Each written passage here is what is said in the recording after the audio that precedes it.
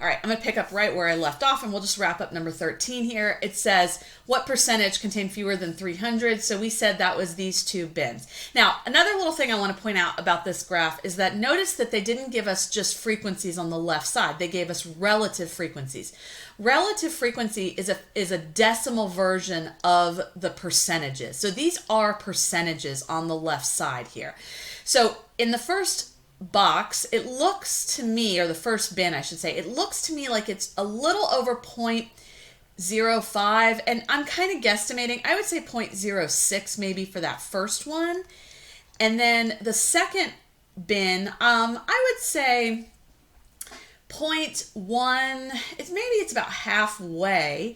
I would say maybe about 0.125 maybe if I had to estimate, but I'm estimating. You could say 0.13, that'd probably be fine. But if you add those two together, let's see, 0.06, I'm just going to use my calculator, 0.06 plus 0.125 gives me about 0.185, and they want that as a percentage, so I'm going to say about 18.5%. Now, don't worry too much about how I estimated those. If you said 13% and 5% or something like that, that would have been fine. The test is multiple choice, and the choices won't be so close that you'll second guess yourself. It will be obvious. It will be 18% or 19% or something like that. So don't get too hung up on that. Just make sure you're clear on how I read these. I just went to the height of those bins and added them together. And then D says, how many calories are in the highest caloric fast food items? So I believe they're talking about this last bin over here, and it looks to me like that would be above 1,200 calories. So I would say, you could say 1,200 to 1,299, or you could just say above 1,200. That would be sufficient, and I think that would be good enough for the answer there. All right, the next one I jotted down was question number 15. And again, we have another histogram, and it's, so of course we're dealing with numerical data. This is the number of siblings that it looks like a group of adults surveyed said in a general survey in 2012. It says describe the shape of the histogram. So notice that the bulk of your data is down here, and it kind of tails off this way. So we would say that this is right skewed. And then it says, what is the typical number of siblings? So remember, when the graph is skewed, either left or right, we're going to use the median for the typical number of siblings. Now, I don't know exactly what the median is looking at the graph, but I do know that it's going to be somewhere, actually about where my arrow is. It's going to be somewhere down here. And you can give me this as a range of numbers. You can give me this as a single number. You could say one sibling. You could say 1 to 2 siblings. I'm not sure I'd say 0 to 1 because it kind of drops off at 0, but I would say probably 1 to 2. Even if you said 1 to 3, I think that would be acceptable because you're just kind of eyeballing it. If they give you summary statistics and you have the actual median, you would use that. But if you're eyeballing it, giving me a range is just fine. And again, on the test, it'll be multiple choice, and it will be a single format, and it'll be very obvious. Like on a question like this, it would say, like the answer would be like 1 to 2, but then the other choices would be way off, like 6 to 7 or 8 to 9, or maybe even 2 to 3 or something like that. But I think it would be pretty obvious which one it is. So eyeballing it and saying a range like 1 to 2, I think is fine for this question. C says about how many people have no siblings. So they're wanting you to look at the 0 category, or the, I shouldn't say category. Let me be careful with my words. The people who said 0, and it's a little under 100. Notice these are frequencies now. And it says about how many. So I'm kind of eyeballing it. I would say maybe around 90, but if you say 95, 97, whatever you say is fine. Again, I'm just kind of estimating it, and on the test it would be very obvious. We just want you to get some practice reading the graph. D says what percentage of the 2,000 adults have no siblings? So they want you to take this number and convert it to a percentage. So remember, you're going to do part over the total of 2,000. And so we would do 90 divided by 2,000, and I'm getting about 0.045, which would be about 4.5%.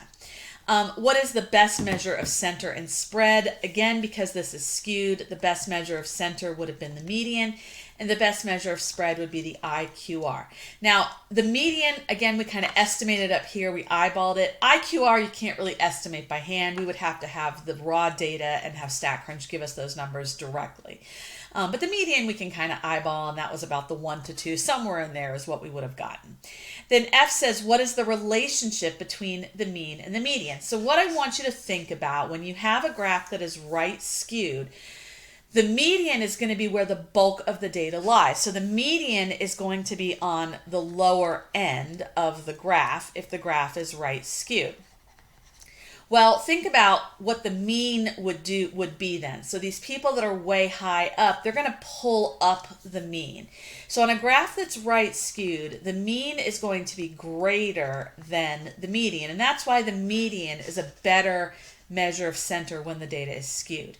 If the graph were left skewed, it would have been the opposite. The mean would have been less than the median because it would have been pulled down by the lower values. And if it's symmetric, they would be about the same. And that's the relationship you want to remember there.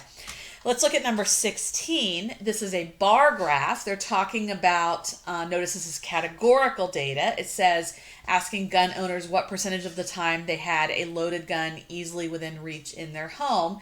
And they were given options of all of the time, most of the time, some of the time, or never. So they were given 4 options in the survey for their responses, which makes it categorical data. We have a bar chart and a pie chart. A says which period was the most frequent response. So you want to look at the tallest bar, and it looks like all of the time was the most frequent. That would also be called the mode of the data. You could also look at the pie chart and look at the biggest wedge, the one in blue here. But I think the bars are a little easier to read for a question like that. B says use the graphs to estimate the difference in percentages responding all of the time versus never. So all of the time, these are percentages along the side. Looks to me like it was about 40, maybe about 42%, and they want the difference. So I'm going to literally subtract 42% minus the never group, and I'm kind of eyeballing it here. It's a little over 30. I'm going to just eyeball it and say about 32%. So I'm going to go about 10%. C says, if the bars were ordered so that they're arranged in descending or decreasing order, there's a special name, and that's called a Pareto bar chart. Just remember that when they go from largest to smallest. Sometimes we arrange it that way just to make it a little easier to read. And then number 20 is the next one I wrote down. This is another histogram. So we're back to numerical data. We're looking at 132 people and their sodium level in milliequivalents, whatever that is, per liter. What is the appropriate measure of center and spread? So think about, first of all, how would you describe the shape of this graph? I would say it's roughly symmetric is probably the argument that I would make. There's a tail on both sides, but they're fairly close, I would say. You've got a low part there and a low part there. The bulk of the data is in the middle. So I would call this roughly symmetric. So the best measure of center and spread would be then the mean and the standard deviation. What is the relationship between the mean and the standard deviation? As I mentioned earlier when we talked about this question, where was it? I don't remember. It was this question. One of these questions back here. There it is. This question right here.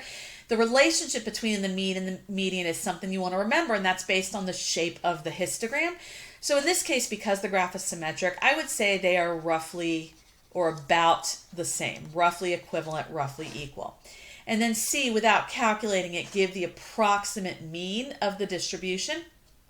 Well, we have to approximate it. I don't have the data, so I can't give an exact value. I have to estimate it.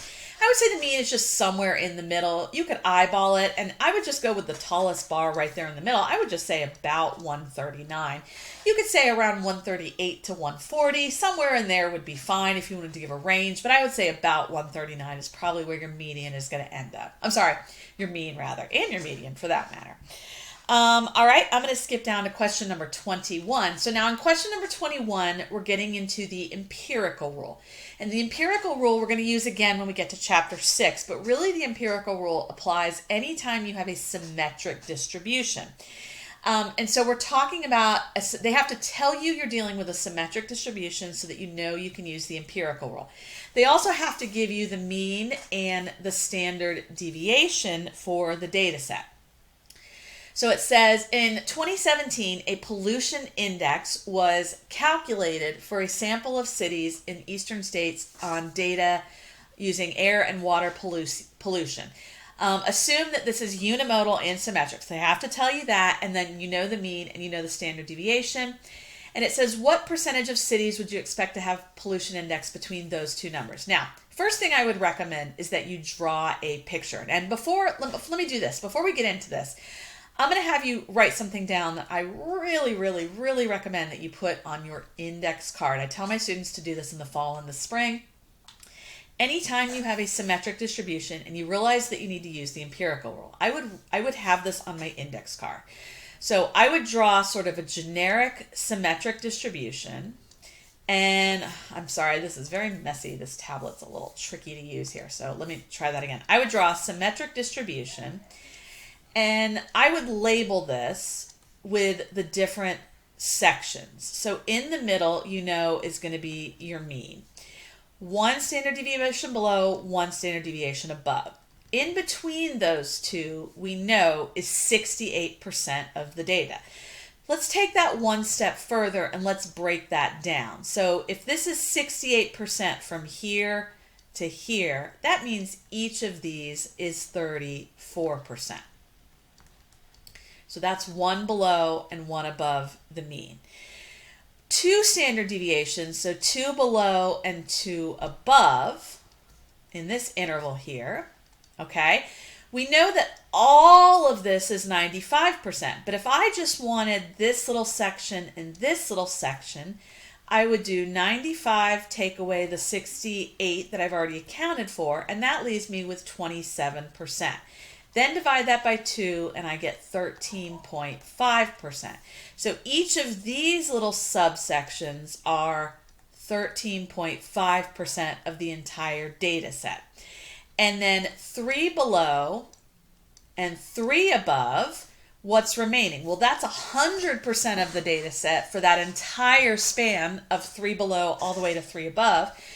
So if you think 100 minus the 95 you've already accounted for, you have 5% left for the tails. And again, divide that by 2, you get 2.5%. So each of these little subsections, and I apologize, this is so messy, each of those little subsections are 2.5%. I would put that on your index card and save it the entire rest of the semester because we're going to use it again in the next unit. I'm going to pause the video here. I want you to make sure you have that on your index card, on your paper, in your notes, whatever, that exact diagram. And then let's go back and let's use this information to answer question number 21 in the next video.